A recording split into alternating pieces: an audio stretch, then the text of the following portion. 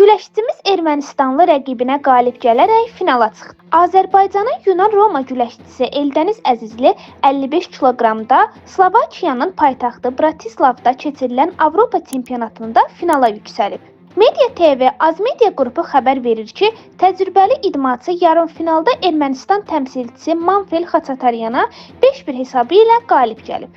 Murad Məmmədov 63 kiloqramda eyni raundda Türkiyəli həmkarı Kerem Kamala uduzub. İslam Abbasov 87 kiloqramda isə Bolqaristanlı Semin Novikova məğlub olub. Sənan Süleymanov 77 kiloqramda 8-də 1 finalda Türkiyəli Ahmet Yılmaza, Beka Kandelaki 130 kiloqramda 4-də 1 finalda Türkiyəli Hamza Bakıra yenilib. Qeyd edək ki, daha əvvəl sərbəst güləşçilər 1 qızıl, 1 gümüş və 4 bürünc mükafata sahib çıxıblar. Georgi Meşveldişvili 125 kiloqram Avropa çempionu olubsa, Osman Nur Məhəmmədov 92 kiloqramda gümüş, İslam Bazarqanov 57 kiloqramda, Əli Rəhimzadə 65 kiloqramda, Kənan Heybətov 70 kiloqramda və Ağanəzər Novruzov 74 kiloqramda bürünc medala sahib çıxıblar.